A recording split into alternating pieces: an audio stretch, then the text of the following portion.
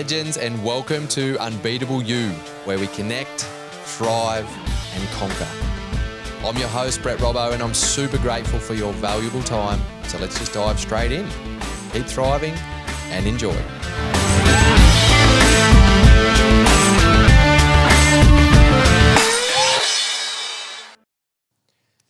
Tully O'Connor, brother, welcome to Unbeatable You. Thanks, my man. Thanks for having me.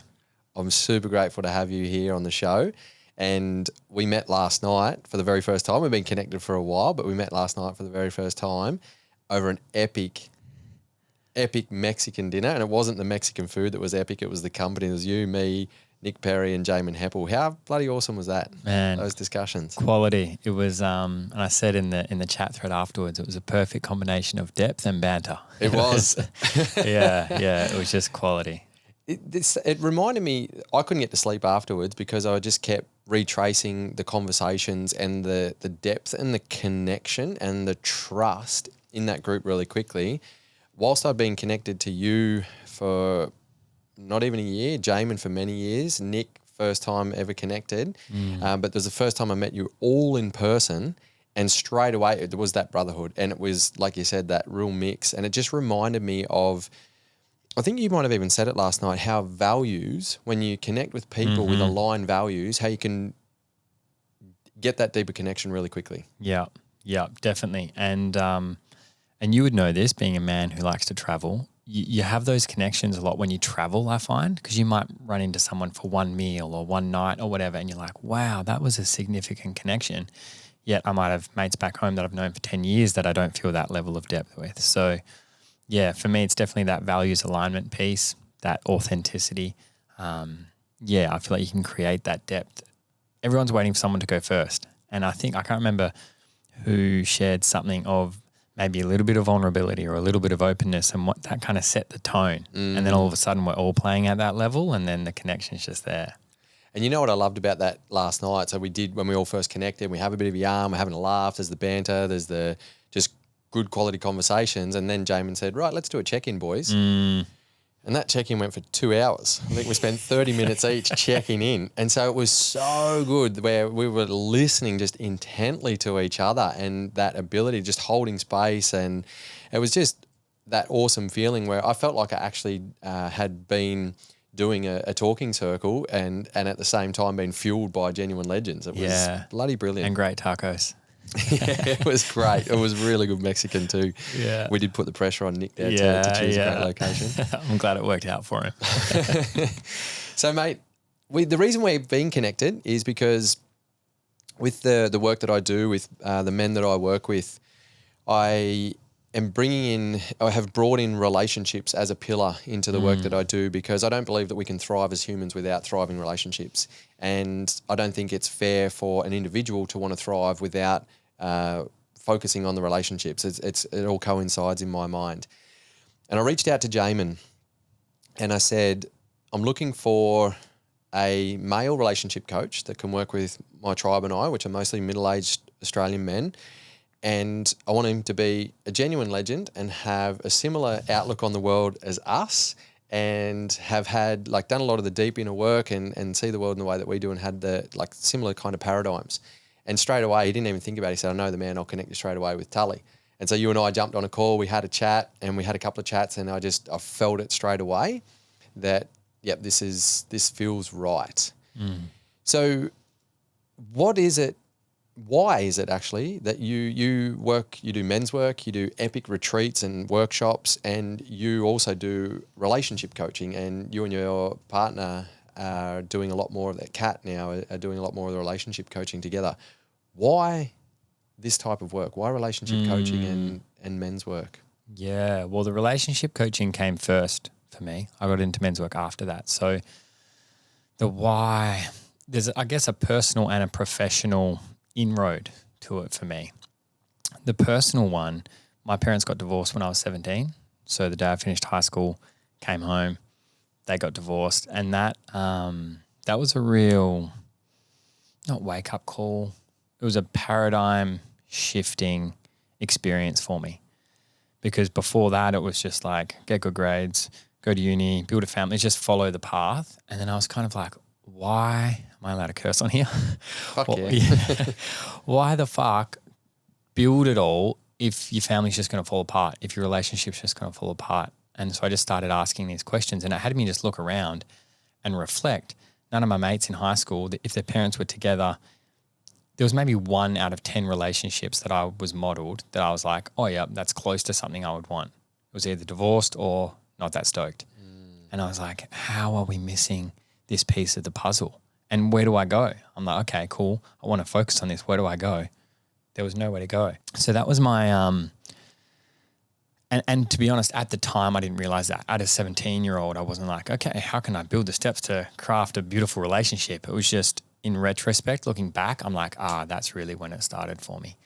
And then professionally, I went to uni, studied physiotherapy, started working in private practice. And what you shared before about why you brought relationships in as a pillar, because I saw professionally that I always took a really holistic view to health and how I looked after my patients. And what I started to see, both anecdotally and in the research, that the quality of our connections impacts our ability to heal, impacts our ability to be healthy, impacts our length and our quality of life, more so than anything else. Like one of the longest longitudinal studies ever done, that was the biggest determining factor. Wasn't nutrition. Nutrition's important, but it wasn't the most important. What was the most important? The quality of our human connection. And the quality of the connection, the human connection.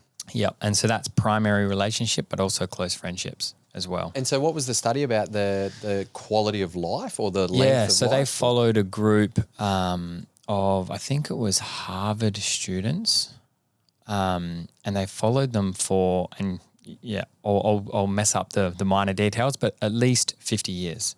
And they basically checked in every few years, what's health like, what's this like? And so they could reflect and be like, okay, well, this group, you know, they ate really poorly, this group. But what they found was the quality of connections, they're the people that live longest and reported the highest quality of life. They had the highest quality of connection, again, primary relationship and friendships. It's a common thread with the blue zones too, right? So that's a completely different thing to what you were talking about. But community is a huge part of longevity and quality of life through the length of life. Yep. So, yeah, so I saw that. And so I was very much, early on in my physio career, I kind of knew it wasn't going to be my everything. I was much more interested in the mental, emotional aspects of wellbeing. And I wasn't going to go back and study psychology for 5 years and then do a master's in that. So I stumbled into personal development, mindset work, all of that. And I felt the impacts in my own life. And I was like, wow, this stuff has got some legs to it. But it fell short when it came to relationships, like the emotional health, the emotional agility. I've heard you use that word a couple of times. I love that concept. That was kind of missing. And so I basically just followed the lily pads, so to speak, you know, my curiosities, and that led me down, due to relationship breakdown, led me to a 2-day Tantra retreat, which I didn't know was a Tantra retreat. I just had committed to it. The relationship was on the rocks. My partner was going to it, partner at the time. And I was like, I'm pretty open. I was like, fuck it. Let's just go and see what it's all about. And that fundamentally shifted everything for me. That was the first time I tapped into anger. Before that, I was, you know, my friends call me Switzerland because I was just the middle ground. Do you know what I mean? Nice guy. I could see both sides of the story. And turns out I had a lot of suppressed anger that was behind that nice guy mask. And it was the first time I tapped into a lot of that shadow work. And that really shifted how I showed up in relationship. And so my personal journey and my professional journey were kind of, you know, left foot, right foot, mirroring each other. And before I knew it, I was coaching people and supporting people. Like, that wasn't my intention. I didn't even know coaching was a thing back then. This is 9 years ago, right? When I started all of this, I just did the work out of deep curiosity, and commitment to excellence is one of my highest values. We were talking about that just before as well. And by nature of it, people just started asking me questions, and then, yeah, it just kind of flowed from there. You talked before about your the model of relationships that you had in front of you. So your parents were divorced at 17. My parents divorced when I was 3, but they stayed really good friends. And so I never saw love between them. So my model of loving relationships came from my grandparents. They were happily married for 53 years and they expressed love and they were amazing. So they loved each other and the love came outwardly. How much of the relationship work that you do is there patterns in, and specifically the guys, because you and I do a lot of work with men, but it's obviously corresponds into the women as well. How much of the challenges in relationships are from the modeling of what those guys have been exposed to over time? I would say all of it. Okay, interesting. Yeah, I wouldn't say all of it because there's no absolutes, but a lot. Yeah, because that's, especially in those formative years, that's where we're forming our blueprint of the world. That's where we're learning what left is, what right is, what up is, what down is, what intimacy is, what relationships are. Like our stories, beliefs that we have about men, about women, about relationship, about conflict, about communication, about intimacy, about sex. All of those things are forming, especially in those sort of 0 to 7, and then older than that as well. But that's where our nervous system is also being wired, so to speak. So, because we can think, oh, yep, I have this certain view about relationship, but when it's crunch time, how do you show up? Because a lot of relationship conflict comes in those moments of reactivity. And when we're under stress, I think it was Wayne Dyer that said, when you squeeze an orange, only orange juice can come out. When we're under pressure, what's there will reveal itself. And that's when our deepest patterning will show up. And that's why you see a lot of people, it's like happy days and then we have kids. And then the relationship breakdown, the stats around relationship breakdown after having kids in that first 3 years is monumental because of that extra stress and that conditioning that comes through. And so I would... Sorry, I'm just going to interject there and say I can completely understand that because I've got a 2-year-old and almost 4-year-old, and the amount of connection time that is not available anymore, and then all of the extra pressures, but also then for me, I was talking about this last night at dinner, I crave and I thrive on, so I'm not desperate for, but I crave and I thrive on love and affection. And I didn't realize until that wasn't coming to me as much when it was divided between the kids, how much I crave it, because then I wasn't able to get it from my wife as often because mother instincts, and so she shares it more with the kids. And then it's not like, oh, whatever's left over, because she love and connection. We have a really beautiful relationship, but it made me realize, oh shit, was I relying on that? Like I started to question myself and what is it that is, what is missing? Is there lack now? So it really made me check myself and the relationship as a whole, but just realizing, I guess it's kind of my love language, and then accepting and really bringing that whole piece of the puzzle as a family and that dynamic, and realizing that I actually feel her love and connection for the kids through that just as much as the direct affection that we have together. Yeah. And imagine if you didn't have the awareness that you did to be able to, check myself and reflect and be like, whoa, what's going on here? Imagine the resentment that would build up. Yeah, I can completely understand that. And you see it time and time again. And it's so common, even if that isn't a man's highest priority or love language, so to speak. It's a human need. Yeah. That touch, that intimacy, that connection, right? And what happens as men is we learn to outsource that, right? We don't have that sort of connection with ourselves, that sort of intimacy with ourselves. We don't have it with other men.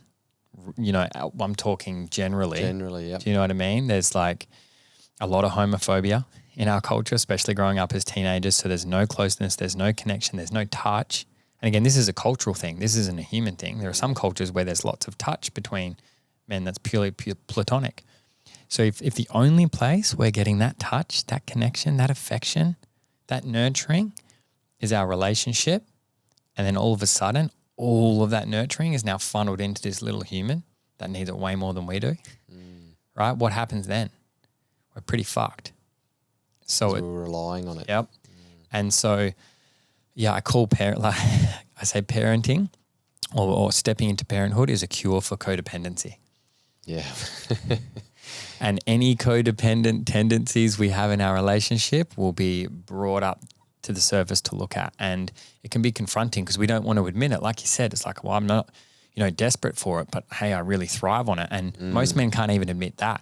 Hey, I really want some touch. Hey, I really want a cuddle. Hey, I really want some affection. And yeah, we need it. And if we don't get that level of presence and connection from ourselves or anywhere else, that burden is on our partner. And that's something that they, stepping into motherhood, they can't carry us and a child, right? And so that's where I find it can be a real spark of initiation into this sort of self-reflection. It's either relationship's going to break down or we've got to wake up and have some honest conversations with ourselves and get support and look at all this stuff and start to unpack it. What can we look at? So let's say that in a family dynamic, whether you've got a baby or a young toddler like yourself and myself, or whether the guys listening have grown-up kids, and whatever capacity, we're busy humans, and so there's businesses to run or work to be done, there's family dynamics, there's, all the house kind of work, and then people then think if there's time for the relationship, then maybe we'll have a bit of time together. So when we look at those kind of dynamics and you see everything play out, what do you believe? What are kind of a few of the core areas we need to focus on, or a few of the pillars that you focus on with your coaching to create what I would call an unbeatable relationship? And that's not perfect, and that doesn't come unbeatable doesn't mean there isn't arguments. Unbeatable doesn't mean that everything is smooth sailing. Unbeatable relationship certainly doesn't mean that your kids don't muck up on you. It just means that you have some tools and strategies or focus pillars in place to actually still have connection amongst the chaos. Yeah, beautiful. And I love that you put that right on the table, that because a lot of the time, even if we don't acknowledge it, we're unconsciously looking for something. We will have a projection of what we think maybe a friend's relationship is like, or what the ideal relationship is like, or even worse, Hollywood, right? And so we've got this fantasy we've made up, and then we have our relationship and we conflate the two, and then we make comparisons and judgments there. So we're just in fantasy land making ourselves feel shit about our relationship. So grounding it in what a relationship actually looks like and normalizing conflict, normalizing disconnect, especially if you've got kids and a busy life, etc. So that's the first thing, normalize that.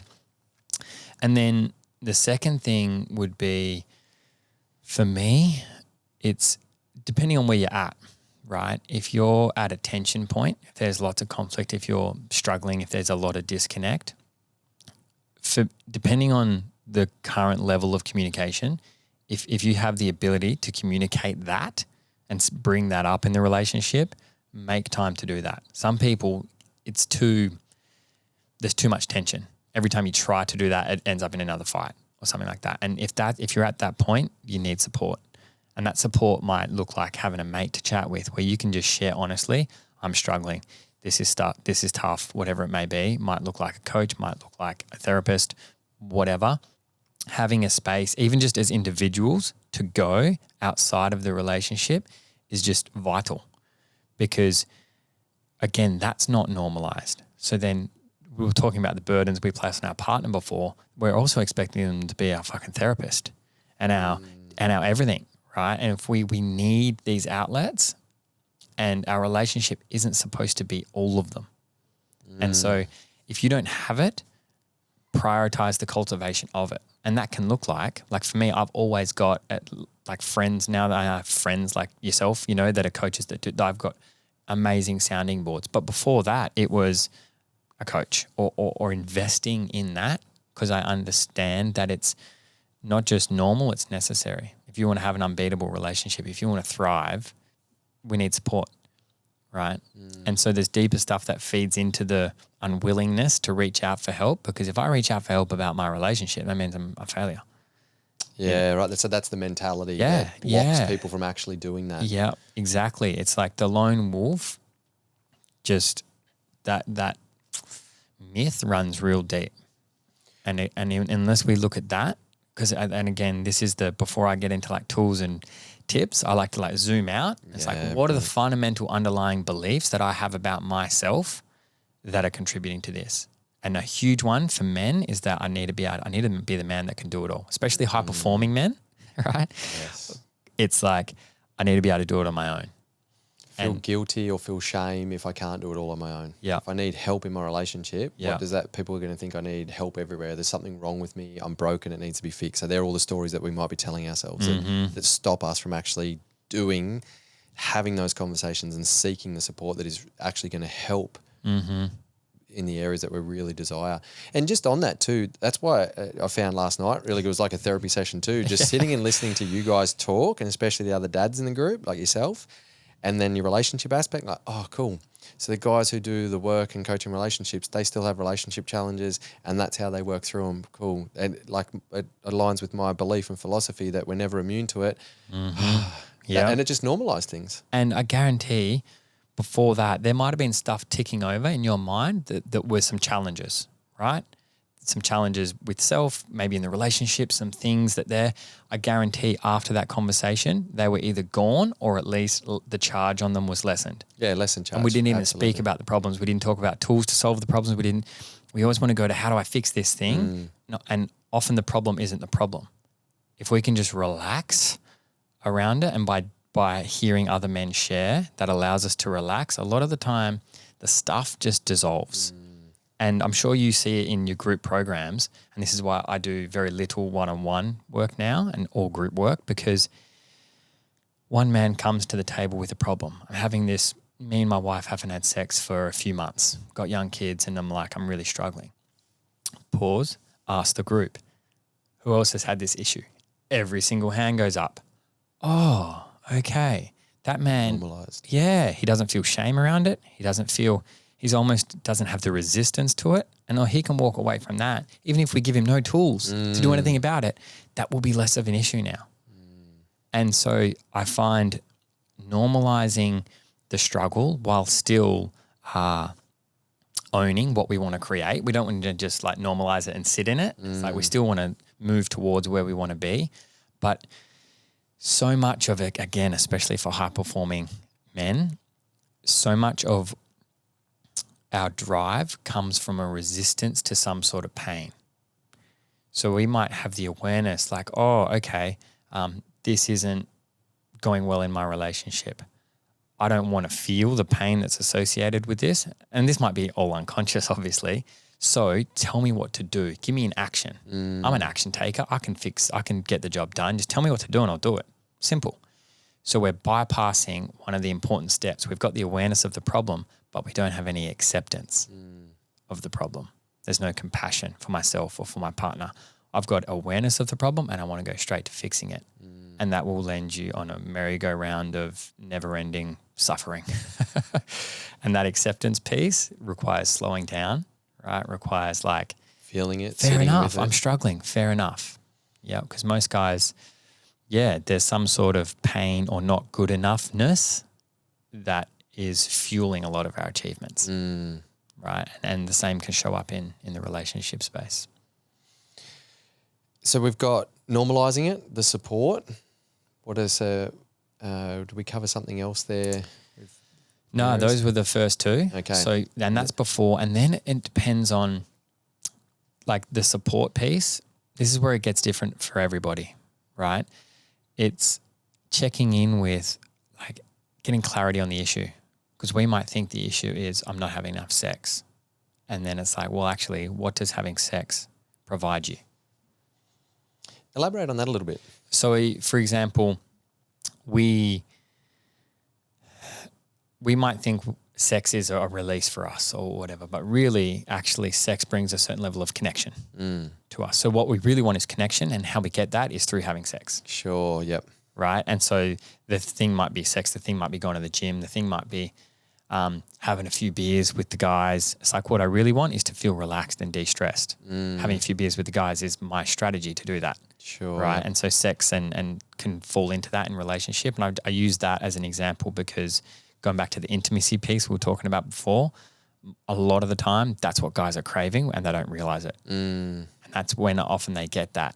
Okay, after we've had sex, then we're in that space of feeling more connected a lot of the time. So it's like, what's the actual crux of what I'm needing? What needs do I have that aren't being fulfilled that is causing this tension, resentment, resistance? Because again, the lone wolf that can do it all doesn't want to admit that he's got needs.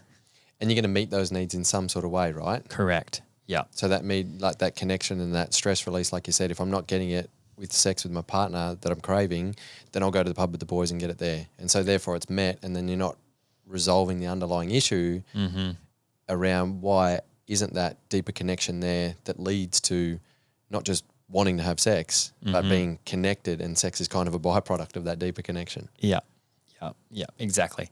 And so just bringing a level of curiosity to that. And obviously if I'm working with someone, then that's when we dive in. And once you dive into that, then deeper patterns start to emerge. And that's when you get into the thick of doing some of the deeper work. But initially just bring some curiosity to it, because so much of it is often laced in judgment. When you say it, are you talking about the relationship now? Yeah, the issue when the preface for this was like, okay, there's some challenges. How do we start looking at it? First, normalize the challenge. Second, get support. Then bring curiosity to it. And that I find is a really easy one, because once we've got the awareness, we can get curious. And rather than being like, this is how it is, be like, this is interesting. We've circled back to the same argument 15 times. Isn't that interesting? I wonder what's going on here. I wonder what's going on for her. I wonder why I'm so triggered when she says this or does this, and just bring some curiosity to it. That, because we can't be judgmental and curious at the same time. I was going to ask, if we're not curious, what are we? So we're judgmental. Judgment, yeah. Yeah, gotcha. So that's why curiosity is very important in a relationship. Yeah, to me, it's the pivot point. It's the pivot point, because when we're in judgment, often we're in the stress response. Our survival brain is active. So we're looking for threats. We're looking for negativity. And this is all happening like neurologically. Yes. And it's very hard to get out of that. There are ways out of that. Breath, movement, like all of the stuff that you do. This is where the vitality piece comes in. Because if I'm in a stress state, I can only think stress thoughts. And I'm not going to think myself out of. You can't think yourself out of those thought patterns. And so recognizing that, having self-awareness of the state that I'm in will inform the story that I'm telling, right? Because if I'm just had an argument with my partner and I leave the house, I'll be thinking certain things, this and that, and this is what happened and da-da-da-da-da. I go for a run, 30 minutes, come back, I will be thinking different thoughts. What changed? Nothing about the argument with my partner changed. Nothing about them changed. I just went for a run and I was in a different state. And so changing our physiology that way, but also curiosity can also start to form those new patterns as well. I talk about change your state and then operate. Yeah, love it. And so on the curiosity piece, and I talk a lot about radical responsibility. How does curiosity and radical responsibility tie in the relationship piece? Yeah, beautiful. So I feel like it's hard to take radical responsibility without a certain level of curiosity. Because if we're in judgment, we're just projecting, and we could say a million things about how they're not showing up, and we could probably say one thing about how we're not showing up. Whereas when we become a little bit more curious, then we've got the space to take responsibility. And this is hard. Like, I don't want to for a second say that it's simple, but it's not easy. Yeah. When you're in it, and I've been doing this work for years, and it is still hard, right? And I still mess it up at least half the time, right? So thank you for normalizing. Yeah, I can never in the history of wanting someone to change has trying to change them ever worked. What works to change them? We can only change ourselves. And even then, that's hard. Who do we think we are to think that we can change somebody else? Like, it's so far from the reality. And when we're in that survival brain, that fear, often that's what we want to try and do, because we want to try and control, because that control will create some safety. Yeah. Whereas taking that radical responsibility after we've got curious, it's like, what can I do here? How can I? And this requires that support piece. This is really hard to just do on your own as well. Like, I will, and again, I've been doing this for years and years and years. I've been teaching it for years, and I still need support. Someone to be like, you're probably missing this. Yeah, brilliant. You're projecting a little bit there, man. And I'm like, oh yeah, you're right, I That hurts, but it's the truth. Thank you and fuck you. Yeah. So, yeah, that radical responsibility. And I just want to speak to, sometimes there's a resistance to taking responsibility. I would say a lot of the time. A lot. Yeah. Okay. Yeah. Yeah. A lot of the time. Sometimes. And sorry, I'm going to put my hand up and say I'm guilty of that as well. Yep. Yeah. Yep. From the stress state. From the stress state, because especially if you're not a people pleaser, but there can be this fear, well, what if I just keep taking responsibility and they don't? Mm-hmm. Yeah. I hear that often. Please elaborate on that. Yeah. So like, okay, I get it. How long am I supposed to take responsibility? Can I take all the responsibility? And my answer to that is, I'm not saying it's the right thing to do. Like you do what you want to do. All I'm saying is it's actually the only thing you can do. We cannot take responsibility for somebody else, right? We can only take responsibility. We can think we are, and we can maybe in the short term, but not in the long term. And so this is where, for me, there's always something for me. And I had this year, right? So at the beginning of this year, I've got a just over 2.5-year-old. And then earlier this year, we moved over east.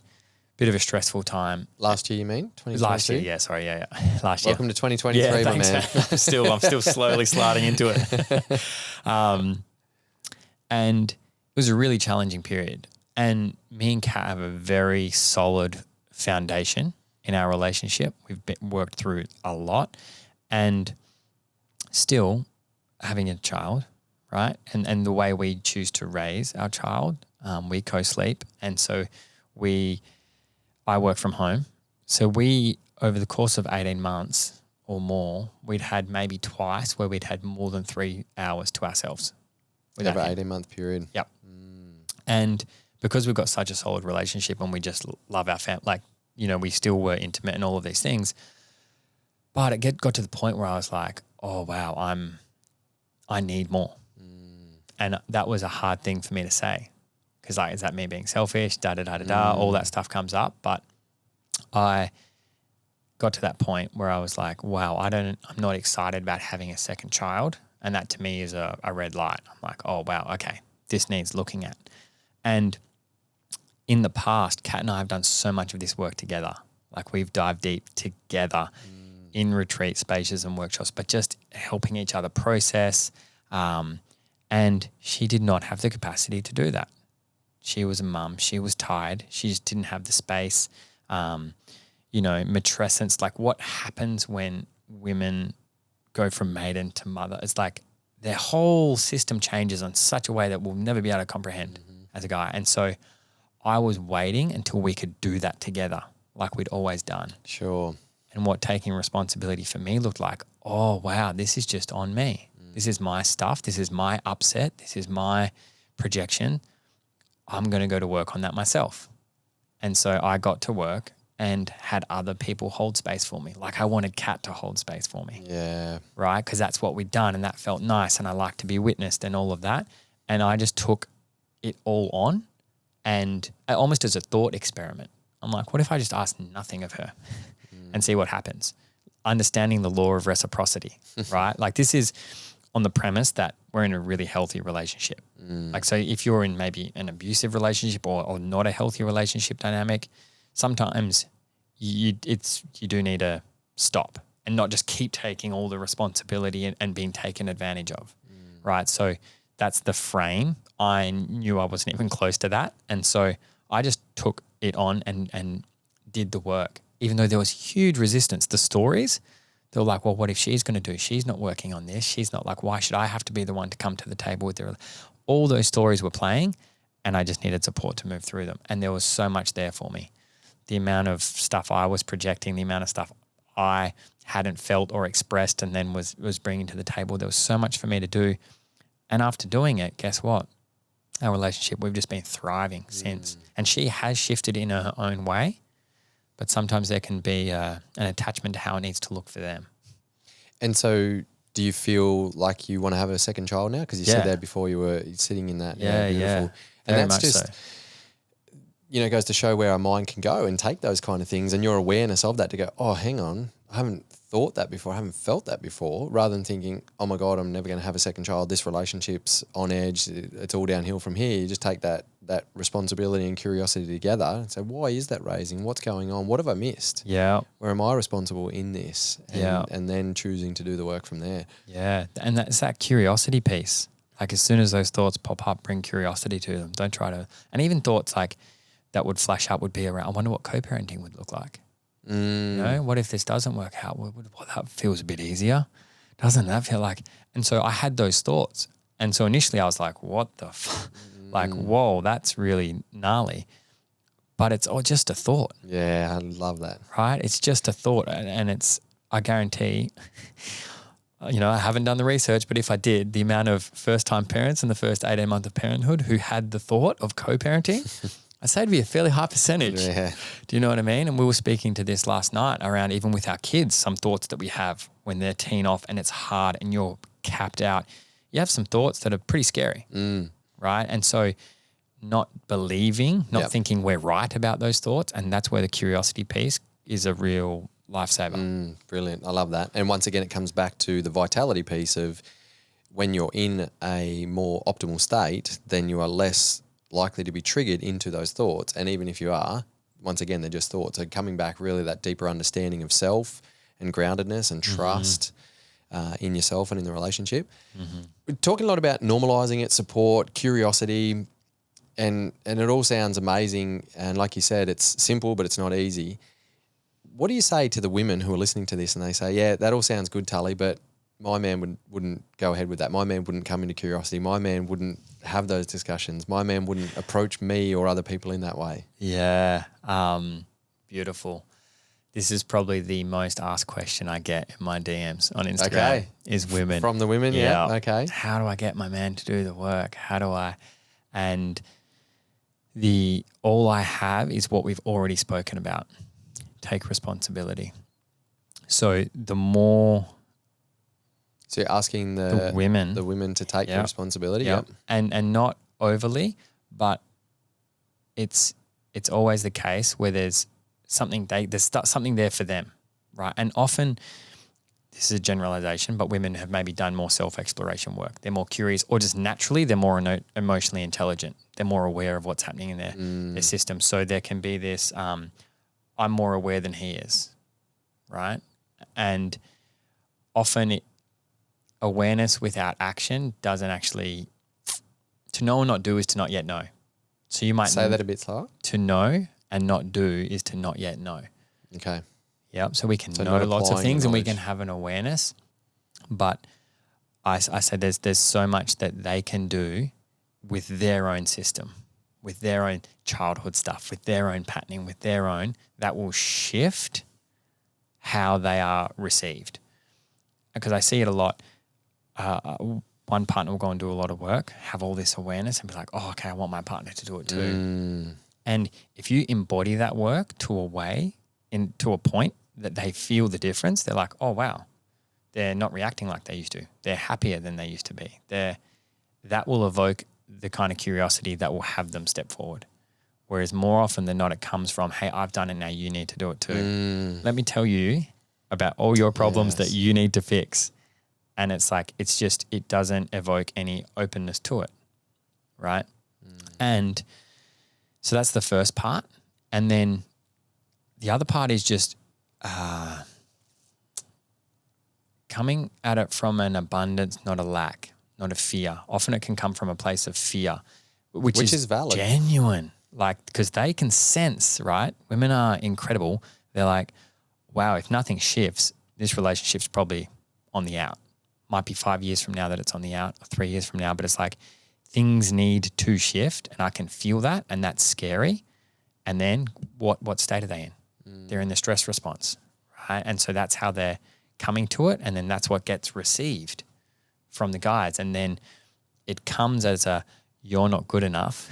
You need to do something. You need to go and learn from another man how to be a partner. Yes. It's like, no way. They're not going to listen to that. Defensive. Yeah. And so it's a combination of not mollycoddling the guy as well, because it's like, okay, they need to pull their fucking head in and understand that shit needs to change.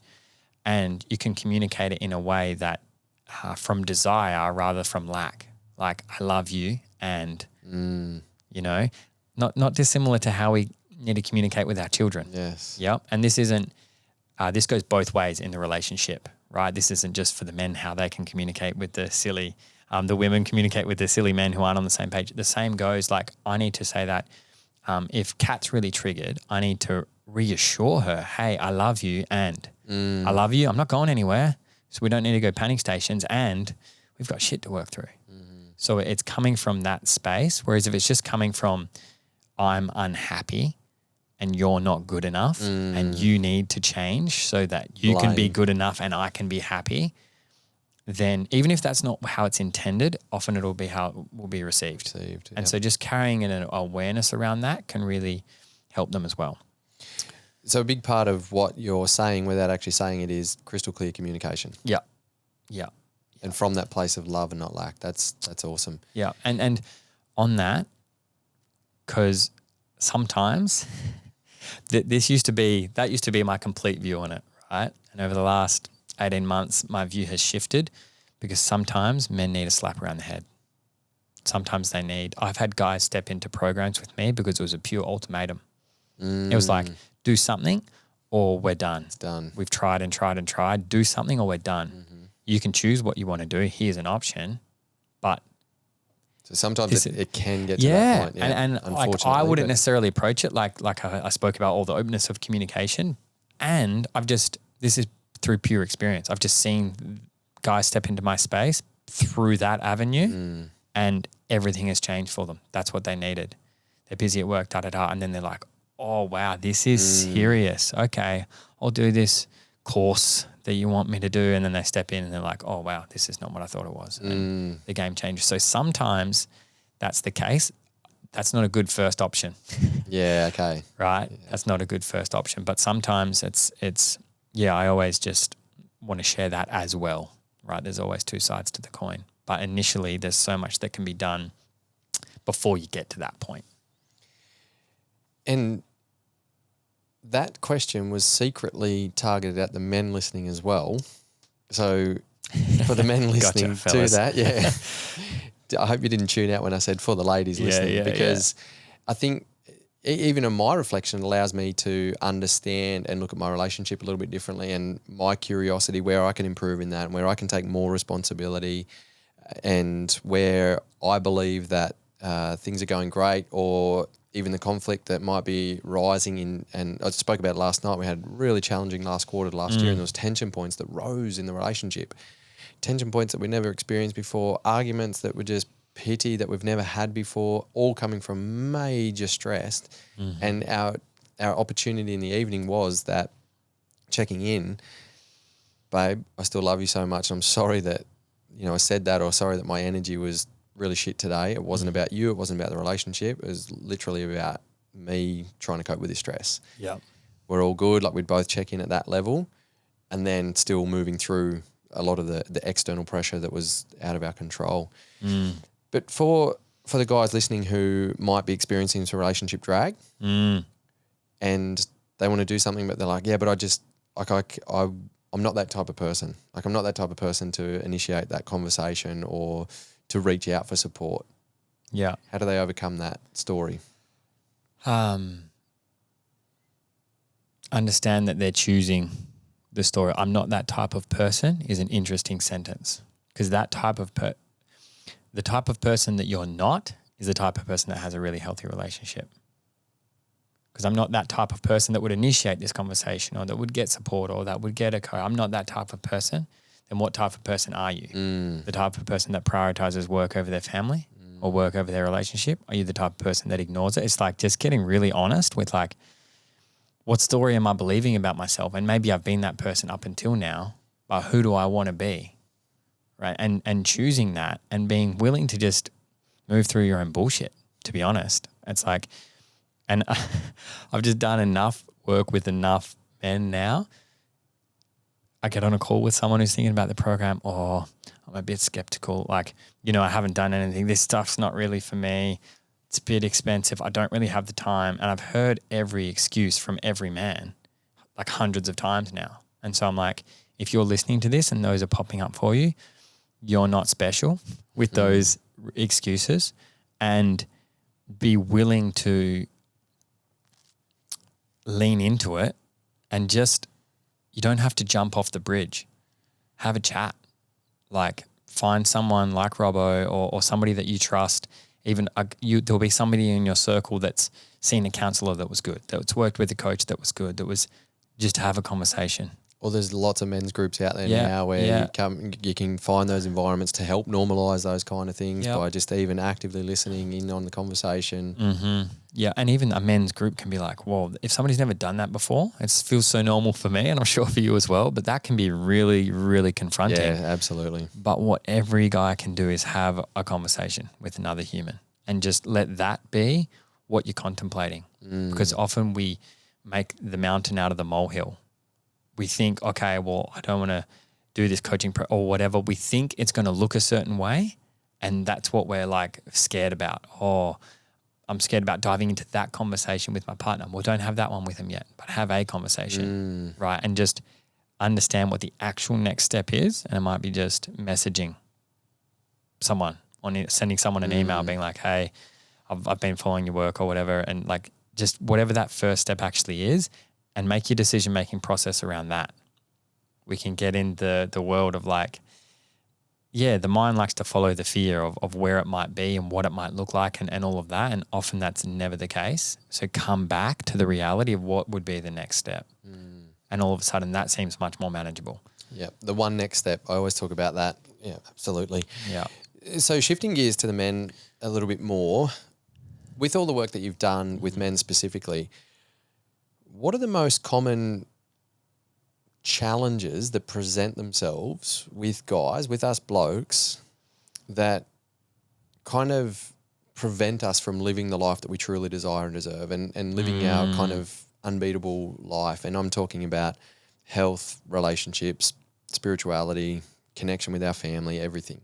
Yeah. You know, are those challenges, do they manifest externally over time? Are they commonalities of, addictions or guilt and shame? What do you find is kind of the most common challenges that guys present with?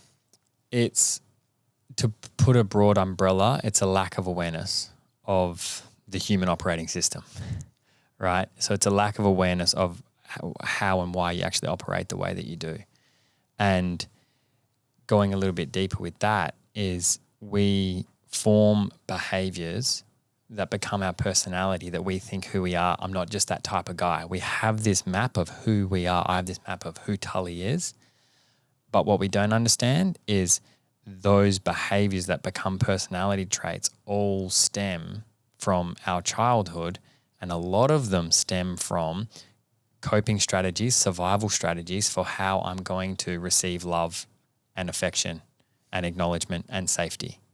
Because we as humans are always seeking, and it's one of our or multiple core needs, right? Love, safety, connection. Well, and it just comes back to survival. Like, if we don't receive nurturing from mum, we die. Right? If humans are so useless for so long, animals in the wild get capable within maybe a few months or whatever. We're so useless for so long, for so many years. It's funny, I've never heard anyone say that, but that was my thoughts when I had a baby. There was so much love, and I'm like, why does it take them so long to develop? Look at the kangaroo out there hopping around the next day and things like that. We're such evolved beings, but it takes us so long. Yeah, and I think evolutionarily, because our brains are so much bigger relative to our body, we need to be birthed at that point. So our physical structure hasn't developed. You know what I mean? And lots of animals come out and they're walking around, whereas anyway, that's another story. I'll get David Attenborough on to chat through that one. But like, the point is, we come out with needing that nurturing, that acknowledgement, because that is safety. That's like, okay, am I safe here? That's what our brilliant brain is scanning. Am I safe? How is, like, am I safe? And even if we have the most loving, well-meaning parents, we are not going to receive the nurturing and the acknowledgement that we actually need, right? Because they're carrying their own stuff. So even if they're trying their hardest, if they don't feel safe in their nervous system, If they're highly anxious, we absorb that, right? And so working off the premise that we're not going to receive it to the extent that we need, when we don't receive it, that results in some sort of tension or pain. And then the baby cries or whatever. Yep. And so if we live with that tension or pain long enough, we start to create a story as to why that pain is there or that why I'm not getting it. Because all tension seeks resolution. So, because if I'm lovable and enough just the way I am, and I'm not receiving that nurturing and acknowledgement, that doesn't make sense in my system, and that tension or pain will never go away. Whereas if I have the story that I'm not good enough, then it makes sense. It sucks, but it makes sense in my system. So it's almost like it gets equalized. But then those stories become beliefs. And this is all happening unconsciously, right? So we don't realize we're doing this, but this becomes the map of the world. I'm not good enough the way I am. And if that's the case, who do I need to be or what do I need to do to receive that love, that acknowledgement? Because you will meet those needs somewhere. You need to, yeah. And that might look like being the nice guy and just caretaking. That might be hypervigilant, and I know what everybody in the room's feeling, and therefore I can react accordingly, and that's what keeps me safe. Maybe I turn into the bully and just control everything, right? Maybe I just succeed. That was mine. I'm like, I'm just going to dominate sport and school. And then that is what helps me receive the love and the acknowledgement that I want, that my older brother didn't get, right? So going back to the original question is, this is all happening under the hood, yet you can still be a highly successful CEO, and this is all happening under the hood, right? So until we can start to look at what's driving it, because essentially we are operating from a stressed nervous system state. You could say we're operating from our traumas, essentially. But you can be highly successful in this society and still be functioning fully from a stressed nervous system state and your traumas, right? And you can give me an example of that. Well, of a male figure example, not of someone specifically, but how would that play out? So you look at it through the fight, flight, freeze, and appease response. So most people have heard of fight, flight, freeze. Then there's appease, which is kind of like I'm going to get safety through connection, right? So I'm not going to fight you. I'm not going to run away. I'm not going to completely shut down. But if I'm just like connected, then that's safety. So those are kind of the four options we go to.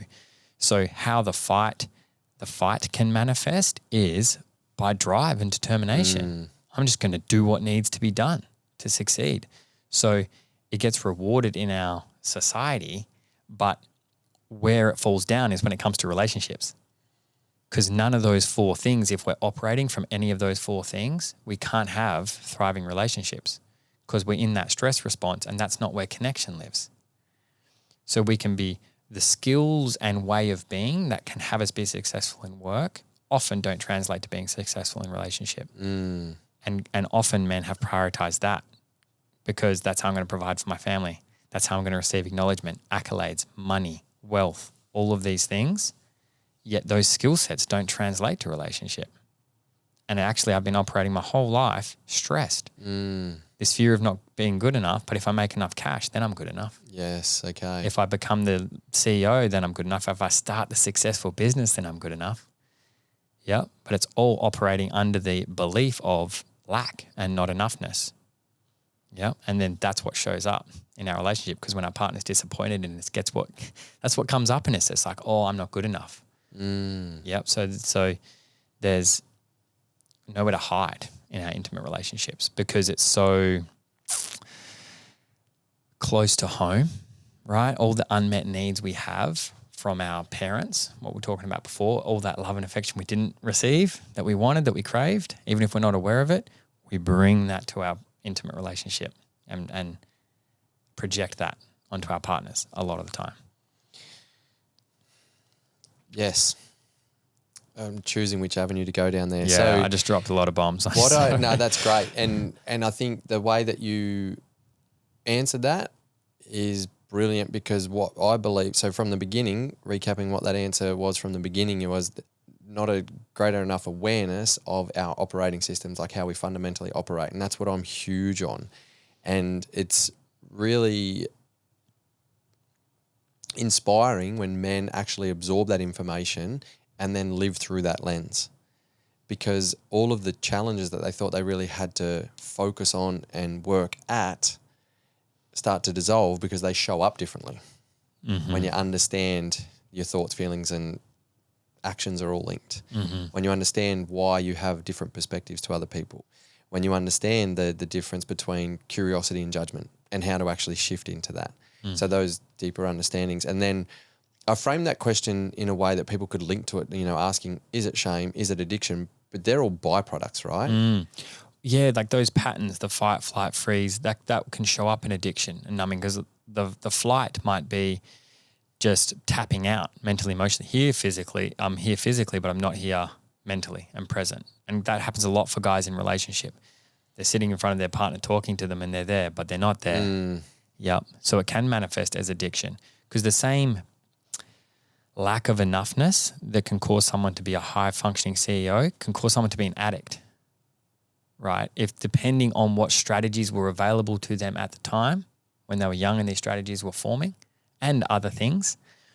But because you say the word addiction a couple of times, it's the same thing. We're just addicted to work. Yes. We're just addicted to, but in our society, we applaud the addiction to work, right? And then we judge the addiction to anything else, really. So, yeah. Yeah, and sorry to interrupt there. I'm just also thinking about, guys might say before we elaborate on that, but it's good to have drive. Like, I need to be driven to succeed.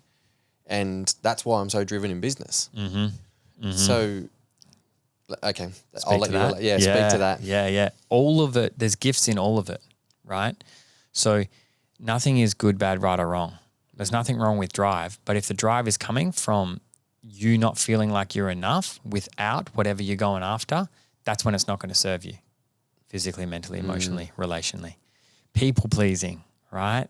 People pleasing isn't good, bad, right. Like the skills, the emotional skills you get, I'm speaking from a reformed people pleaser here.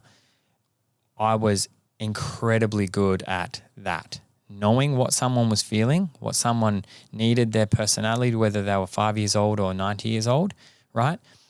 I just did that to my own detriment for so many years because it was coming from that fear place. Once I created safety in myself, looked at my traumas, healed my wounds, looked at all of that stuff, I didn't lose all those skills I developed, right? You're not going to lose your drive. You're just going to be able to choose it and not have it pulling the puppet strings, so to speak. So, and I see this a lot because I have that high achiever in me too. And it's a fuel source, that not enoughness. It is responsible for a lot of the accomplishments. So there is a fear to let it go. So you can validate it. Yeah, I get that. Of course it's scary to let it go because what if I'm just happy with the way things are, am I just going to chill? Right? So it's a genuine... Am I lowering the bar? Yeah. I don't want to be and experience mediocrity. Like I'm a high achiever. I want higher standards. Yeah. And practical example, right? If you hadn't worked on any of this stuff, if you hadn't looked at any of this stuff and you just had your desire for success was fueled by these insecurities, not through values alignment, you might make different decisions. You were speaking about maybe not choosing a certain decision because it would mean traveling away from your family too much. Yeah, we were chatting about that last night. Yes. Yeah. So if your trauma and insecurities were in the driver's seat, you might have made that decision because that would have been shinier. But you know that your highest value is, I'm pretty sure you were saying your highest value is your family and relationship and connection, one of your highest values. Yep. And so that you made that decision through that lens. Does that mean you don't have as much drive? Not at all. It just means you get to actually dictate how you use that drive and not have it use you, so to speak. A previous version of me many, many years ago would have taken the opportunities to do a lot more of that kind of work for self-validation. I actually remember many years ago when I started working with a lot of sporting teams and I used to love telling people about it and they'd be lit up about it. And then I remember when it started to shift and I was saying no to those opportunities and I even had people say to me, are you sure? Like that's a really good opportunity. Imagine what it would be like working with them and imagine telling people you're working with them. And that's when I realized, that's the reason why I would have done it previously. But it's, understanding myself at a deeper level, understanding values, got a different vision and direction and just trusting. Trusting the process. Yeah. It's exactly it. That's exactly it. And it's just, that doesn't mean you've got less drive now. Right? It just means you're using your drive under what you've defined success to be for you. Yeah. right? So but with all that said, I understand the resistance. Like, and the stuff you need to dive into when you look at this stuff is scary. Like a lot of guys are actively avoiding it because there's pain there. Oh yeah, massive. Do you know what I pain. mean? So we can unconsciously avoid it. And sometimes we're just straight up actively like, don't want to go there. Don't want to go there. And I get it. I have so much compassion for that. And avoiding it completely only leads one way. And if the awareness is popping up, it's because you are ready to start to look at it in some capacity. Do you need to go to the deepest, darkest hole straight away? Probably not. But do you get to start the process? Yeah, you probably get to start the process. And bringing it back to the men, especially the conversation around fatherhood, it's like our children inherit any work we don't do. Thank you for that reminder of the work that I'm yet to do. And with that is the perfect parent paradox. Like you're never going to do it all. We're never going to be, but it's like that to me is because I have a lot of guys come to me that are dads that would never look at this stuff. And they're just like, oh, wow, I'm seeing how this is impacting my kids already. And I'm like, yep. And what we know about human behavior and psychological development, it's undeniable that how we're operating impacts them. And that is often enough of a wake-up call for guys to be like, okay, I'll do it. This is going to be painful and it's going to suck. And that can also be the reason why guys don't want to visit it when they know that and their kids are older and they realise, oh, holy shit, I've actually been an influence on a lot of their patterns. Yeah. And in the same way say, yeah, and that's okay. Yep. So instead of either resenting or denying or running away or not wanting to lean into that and thinking, oh, it's all too late, it's never too late. Never too late. And goes back to that step that we always miss, awareness. So that person that you're using in that example has the awareness, okay? And there's no compassion. There's no acceptance. There's no fair enough. Everyone's doing the best they can with what they have available. And when I say what they have available, I mean the level of consciousness, the tools. Everyone's doing the best they can. Nobody's actively being a jerk. Even though it can very much look like that sometimes, it's when we understand the nervous system, we understand that that's what's happening, right? So you did the best you could with what you had available at the time based on what was passed down to you. And guess what? Your parents did the best they could too. Yeah, because often the desire to be the perfect parent can come from a judgment of how our parents were, potentially. And it's like, that's an ego trip as well. Like, I'm going to mess up my kids. I won't think I will. I'm going to try my hardest not to, but they're going to need a therapist in 20. Do you know what I mean? It's like, because how they'll want to live will be different than how I'm choosing. Like, so we're not going to, but we can create more safety. Do you know what I mean? We can create more safety. And that starts with creating safety. And this is speaking to that man where maybe the kids have left the nest, it's like your peace is still worth it, right? We don't stop parenting. Like, you know, my relationship with my father is just as important now. Do you know what I mean? I'm 34. It just requires a different level of input. But the love, the connection, everything is still there. Yeah. And just, having that compassion. Because if we go to work on ourselves from judgment, we're not going to get that far. We might think we will. We might have a little breakthrough because we have some awareness and learn some new tools, but you'll cycle. And I've seen it. I've been around this work long enough now. That's when people cycle. It's because they started it through judgment. Maybe there was something that went down in their relationship that they weren't proud of. So they were like, oh shit, I better get to work on this. But unless we come to it through compassion, which again, easier said than done, but it has to be done, then we're just going to keep cycling because we're still living under the umbrella of not enoughness, right? Which was that formative belief that fueled it all in the first place. It's a kind of like a never-ending cycle too, and I think an important message that's come through here is that even all the work that you've done individually and in your coaching and you guys as a couple, there's still challenges that present themselves.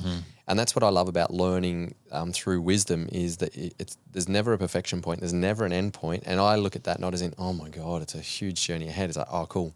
So I'm where I am right now is exactly where I need to be, because I'll never be there and there's no end to it. There's nowhere to get. There's nowhere to get. Yeah, very much so. There is somewhere to get now where we have to tie a bow in this and wrap it up. This won't be a last time on the show. Before we wrap up, is there anything that you feel like that you want to leave the listeners with that is kind of like an important thing or a commonality that you want to leave the listeners with? Yeah, I think that we talk about radical responsibility a lot, but what the thing that was kind of coming through in that last train of thought that we had is like radical compassion. Yeah.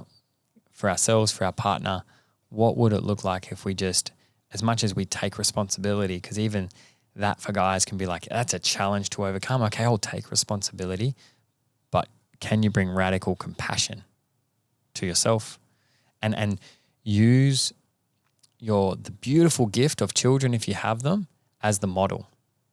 Because how easily, and you might be angry at them, but how much more swiftly do you come to compassion for your child when they make a mistake, when they fuck up, when they do something they're not supposed to do, quote unquote, right? And use that in your system, because you can feel that. I'm sure just thinking about that now, thinking about your child, you can access that compassion, that love. Give yourself a little bit of that. Yeah, beautiful. Give your partner a little bit of that. Because guess what? Once upon a time, you were that. Yeah. And maybe you didn't receive what we've just spoken about. But until we can give that to ourselves, it's more of a remembering. Give that grace to our partner, that compassion to our partner. That is, from there, then we can get to work and work on crystal clear communicate and all the tools, etc. But it's like that to me is like the gateway to, so much more. Beautiful. Love it. Where can we find you online? Where's the best place for people to connect with you, follow your journey, absorb your wisdom, and start this journey of personal or relationship development? Yeah, well, firstly, thanks for having me, man. Really enjoyed this conversation. TullyO'Connor.com is my website, at Tully O'Connor on Instagram. And for relationship-specific stuff, I'm over at liberating_love on Instagram. So there's heaps of content there and free trainings. And I've got a podcast called Thriving in Fatherhood as well, which is, lots of conversations, not dissimilar to this one. So there's about 40 odd conversations over there that you can go and listen to as well. Tully, you're a legend. I want to acknowledge you for your genuine authenticity and your commitment and maybe a bit of drive to utilize yourself as a conduit of information and resources and this support and this network through the work that you do. It's super inspiring and it's honestly life-changing and probably life-saving at times. Keep shining your abundant light to the world, my man. Thanks, man. Received. And mirror the same back to you. Appreciate it. Appreciate you. Boom. There you go. Another empowering episode. And thanks again for tuning in. Make sure you check out the show notes for any extra links or information that we spoke about in this episode. Don't forget, you can now catch the Unbeatable You podcast on the YouTube channel, Brett Robbo Coach. If you want info and inspiration straight into your inbox on how to live an unbeatable life, you can sign up to receive weekly insights and actionable steps for optimal performance and thriving in every aspect of your life, plus first release offers on Unbeatable You courses and live events. Don't worry, there's no spam, just short, punchy, value-giving emails straight to you. Simply go to brettrobbo.com/community. If you find value in this podcast, don't forget to share it around with your mates and subscribe, rate, and review. It really supports the podcast mission massively. If you want to reach out to me personally, you can connect with me at Brett Robbo Coach on social media, and that's where you can let me know who you want to hear on the show. Keep thriving, legends, and as always, remember, if not you, then who? If not now, then when? This is your opportunity to live your unbeatable life.